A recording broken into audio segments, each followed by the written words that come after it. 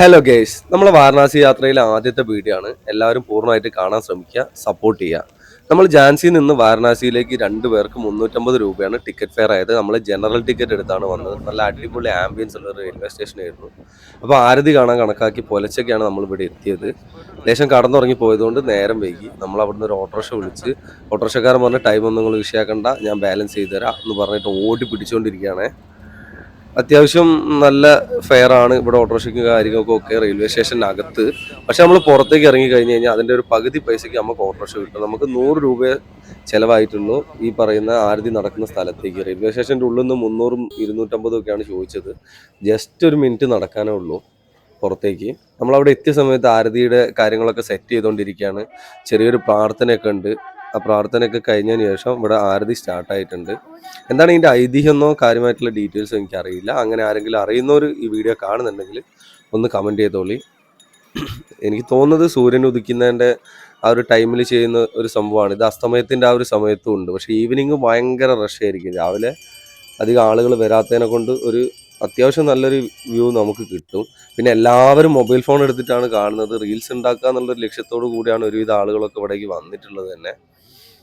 നമ്മൾ early morning എത്തിയതുകൊണ്ട് തന്നെ ആ ടൈമിൽ പോയിട്ട് റൂം എടുത്തില്ല. കാരണം നമ്മളെ ചെക്കിനും ചെക്കൗട്ടും ഒക്കെ പിന്നെ നമുക്കൊരു ബുദ്ധിമുട്ടാവും. നമ്മളെ കയ്യിലുണ്ടായിരുന്ന ടെൻ്റ് എടുത്ത് ആ ഒരു റിവറിൻ്റെ സൈഡിൽ തന്നെ സെറ്റ് ചെയ്തതാണ്.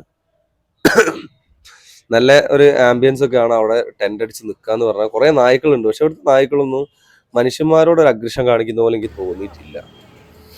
അപ്പോൾ നമ്മൾ രാവിലെ എണീറ്റ് വന്ന സമയത്ത് കണ്ട കുറച്ച് കാഴ്ചകളാണ് കഴുതപ്പുറത്ത് പൂഴി കിടത്തുക. നമ്മളെ നാട്ടിൽ അങ്ങനെ കാണാത്തൊരു കാഴ്ചയാണ്. ആളുകൾ തലയെ കടത്തി കൊണ്ടുപോകുക എന്നല്ലാതെ കഴുതകളെ ഉപയോഗിച്ചിട്ടൊന്നും ഇത് പോർട്ട് ചെയ്യുന്നത് ഞാൻ കണ്ടിട്ടില്ല. ഇവിടുത്തെ ഈ ഒരു നഗരം ഒന്ന് എന്താ പറയുക, ഉണർന്നു വരുന്നതേ ഉള്ളൂ. കാരണം നമ്മളാണ് അതിനേക്കാൾ മുന്നേ ഉണർന്നത്.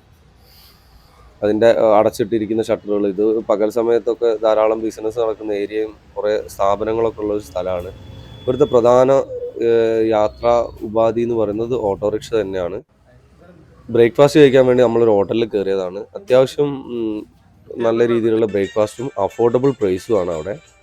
വൃത്തിയും കാര്യങ്ങളൊക്കെ സെറ്റാണ്. പിന്നെ നമ്മളൊന്ന് ബാർബർ ഷോപ്പിൽ വന്ന് ഒന്ന് തേച്ച് മിനുക്കാൻ വേണ്ടിയിട്ട്. കേരളത്തിൻ്റെ പകുതി ഫെയറുള്ളൂ ഇവിടുത്തെ ബാർബർ ഷോപ്പിലൊക്കെ.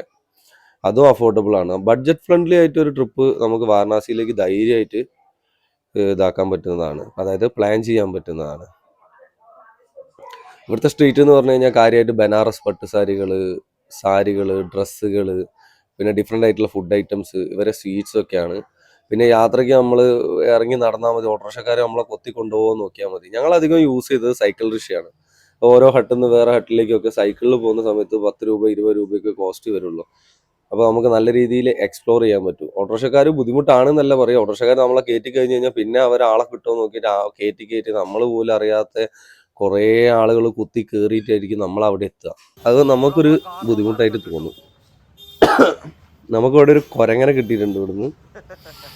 ഞാൻ ഈ വൈൽഡ് ആനിമൽസിനെ ഒന്നും ഈ യാത്രയിൽ അധികം കണ്ടിട്ടില്ല. ഒരു കുരങ്ങനെ മാത്രമേ കാര്യമായിട്ട് കണ്ടിട്ടുള്ളൂ. അതുകൊണ്ടാണ് അവനൊരു ശകലം പ്രാധാന്യം കൊടുത്തത്. പിന്നെ ഇവിടുത്തെ സ്ട്രീറ്റ് ഫുഡ് എല്ലാം അടിപൊളിയാണ് എന്നുള്ളൊരു ധാരണയേ വേണ്ട. മോമോസ് കഴിച്ച് പക്ക ഫ്ലോപ്പായിരുന്നു. പിന്നെ നമ്മൾ അവിടുന്ന് ഒരു സൈക്കിൾ റിക്ഷ ഒക്കെ എടുത്ത് ഇങ്ങനെ അടുത്ത ഹട്ടിലേക്ക് പോയതാണ്. ഇവിടെ കുറച്ച് എന്താ പറയുക, പരമ്പരാഗതമായിട്ടുള്ള വസ്തുക്കളും പിന്നെ റിലീജിയൻ ബേസ്ഡ് ആയിട്ടുള്ള കുറേ സാധനങ്ങളൊക്കെ സെയിലിന് വെച്ചിട്ടുണ്ട്. അതൊക്കെ ആവശ്യമുള്ളവർക്ക് വാങ്ങാം.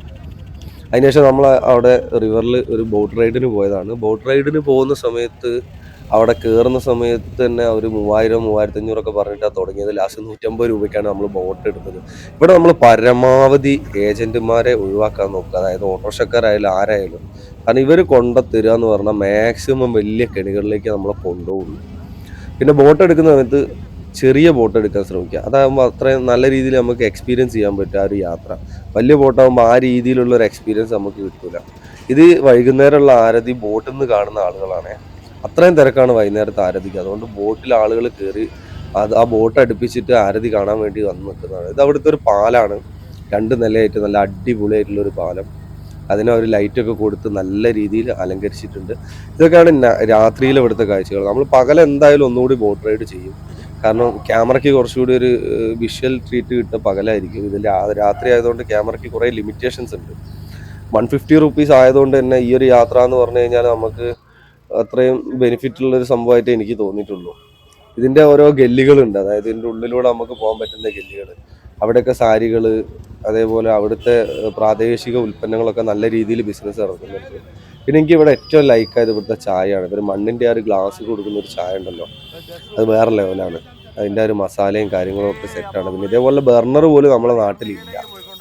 ചാർക്കോളൊക്കെ വെച്ച് സെറ്റ് ചെയ്തൊരു ബർണറാണ്. നമ്മൾ അവിടുന്ന് പിന്നെയും സൈക്കിൾ റിക്ഷ എടുത്തിട്ടാണ് പോകുന്നത്. ഒച്ച നല്ലപോലെ പോയിട്ടുണ്ട്, കുറേ ദിവസത്തെ യാത്രയാണ്. ഇത് പിന്നെ ഒരു അത്യാവശ്യം ഇൻട്രസ്റ്റ് ഉള്ള ആളുകൾ മാത്രം കണ്ടാൽ മതി ഈ ഒരു ഭാഗം. കാരണം അത്ര മനസ്സിന് കുളിർമ നൽകുന്ന ഒരു കാഴ്ചയല്ല ഇത്. പക്ഷെ ഇവിടുത്തെ ഒരു ആചാരങ്ങളുടെ ഒരു പ്രധാന ഭാഗം തന്നെ പറയാം.